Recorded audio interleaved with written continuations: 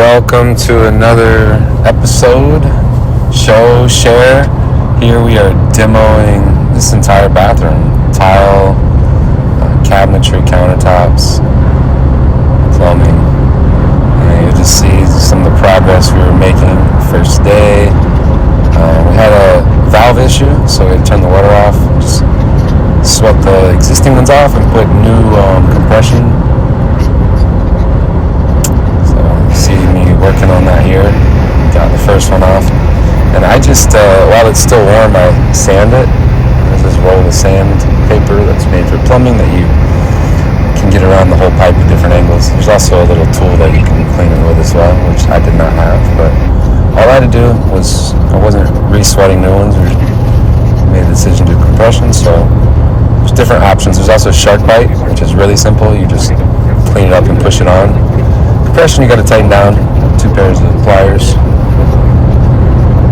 And here I was just cleaning them up and putting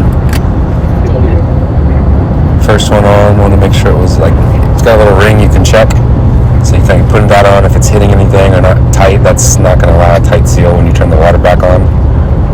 So, and you ultimately know if you did a good job when you turn the water on, if there's no leaks. And all that is like, so the sweating it off is heating the existing soldered connection, and compression is with no solder. And I'll just picture the toilet connection. It's the shower that we took out the tile and the walling. Some of the patching the first day. We changed out a piece of drywall. Then after further discussion, day 2 was come back and take out this all the way down to the shower pan. Basically rebuilding the shower. And then also was asked to go ahead and replace the wall. I just went ahead and did the whole wall behind the existing countertop. Since he's going to take a piece, might as well just go wall to wall. Less seams, just only in the corners. Everything's going to be covered anyway, so you'll see. Didn't worry about it. It was a little, could have used a couple shims in the middle. But just built it up with some mud, and then we'll mud it one more time and just pretty much leave it as is, because it's going to be behind the cabinetry that gets reinstalled. But it was just chipping out the shower pan, trying to keep dust down to a minimum. And you can see part of what I was doing, but that was I would say it was actually easier taking this part out than getting the tile out itself. That was challenging. If I knew I was breaking through all of it, I probably would have saved an hour maybe, because we would have just tried to chip all the way down. But hey, I am a handyman who's been learning more of the general contracting trade, supervising projects, and so sometimes I take on, this is just a friend that asked me to come help him.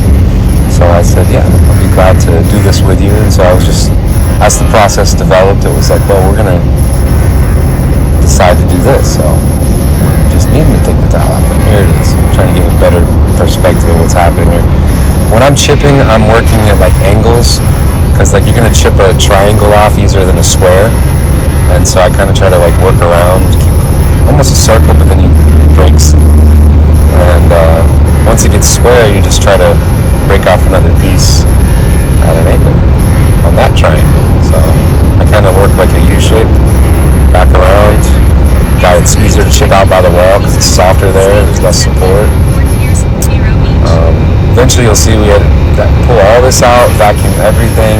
There was metal bracing that the shower pan, which is you can see the little black thing against the wall there, behind what you see concrete or mortar, and that's the shower pan. That is the liner that catches all the water for the shower and keeps it from going in your house. Ultimately. Doesn't always get to the drain if it gets that far down, but it keeps it out of the house. So that will be, when we rebuild that, it will need to have new type of liner around the wall for the new shower pan put in. But as you can see, the bag's got quite heavy. A lot of work backwards. This day, I sped this up as fast as I could, but one thing just I was careful around the drain because I didn't want them not to replace it, or at least leave that option, and it's perfectly fine. So that just when I got closer to chipping, chipped all the way around that. When I got closer, just turned it at an angle so it would just break and fall off around the drain.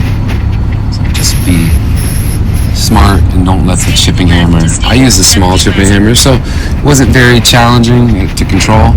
And at points I was recording and chipping and still having good success, which, you know, I was able to, like I said, good control. So for me, as I'm working, I want to keep it clean. So I didn't vacuum everything till the end of the day, but I just wanted to keep moving along, doing a little bit at a time. And as you'll see, I got it all out.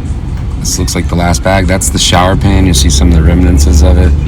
That's where I took out the drywall. That metal is just a backer, so if you need to hang anything, you have something to screw into the wall all the way.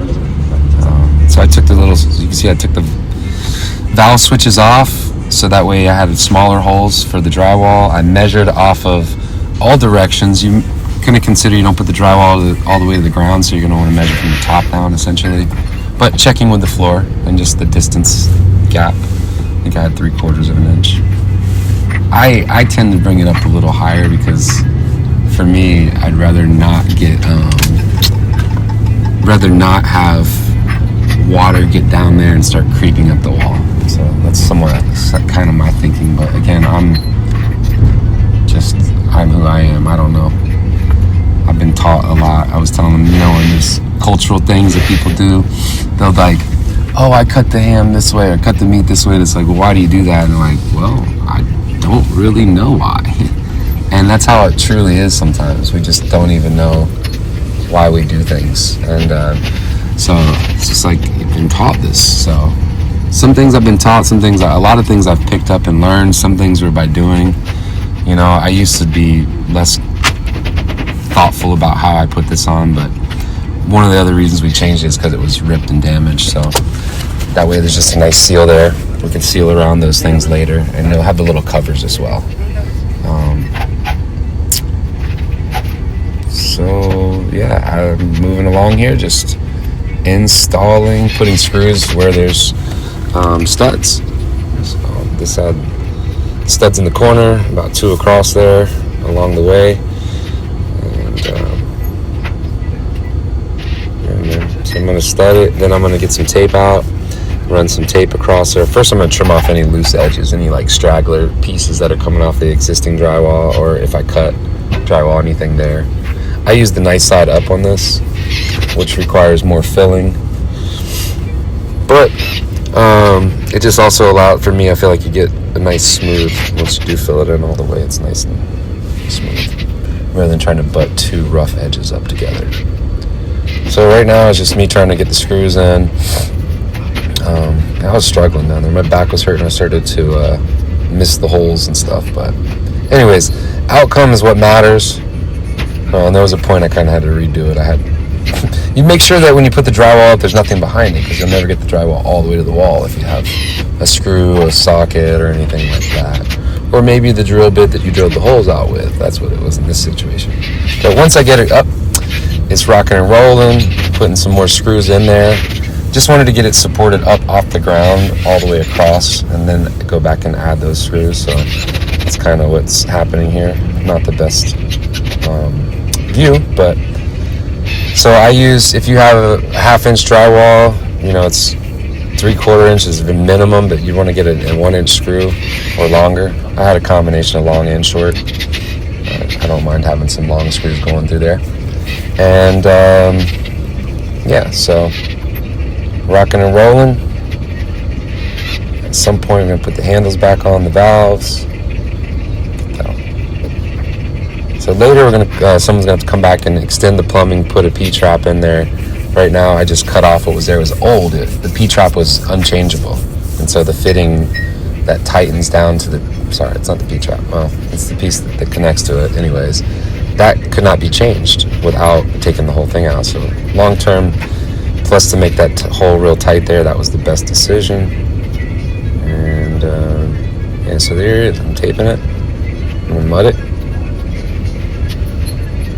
Next, start slapping mud on there. And for me, no, sorry, I actually taped the corners too, just to help get a better seal in there. And then basically you're going to apply mud just to fill in all the holes, all the crack. And usually it's done in a couple layers. Depends on how you use it. I get a sponge sometimes and wipe it down, so that helps, but that's going to preclude the drywall section. That's what it looked like when it was all said and done. Went back and went over some other stuff. Here I am cleaned up with the toilet out. And yeah, so it's basically ready for the next step is shower pan, tile, then cabinetry, and toilet. Well, toilet can go right after the tile too. So it's basically ready to rebuild. It was basically a day and a half of demo and prep. And there's some little rusty corner beads. I might end up taking those out in the long term, but I had to pick a stopping point for the demo part of the project. And that is it. So final walk around. So those will get little valve covers put over them as well. Like I say valve covers, little covers that go up to the wall. But I like to seal that first and then put those on.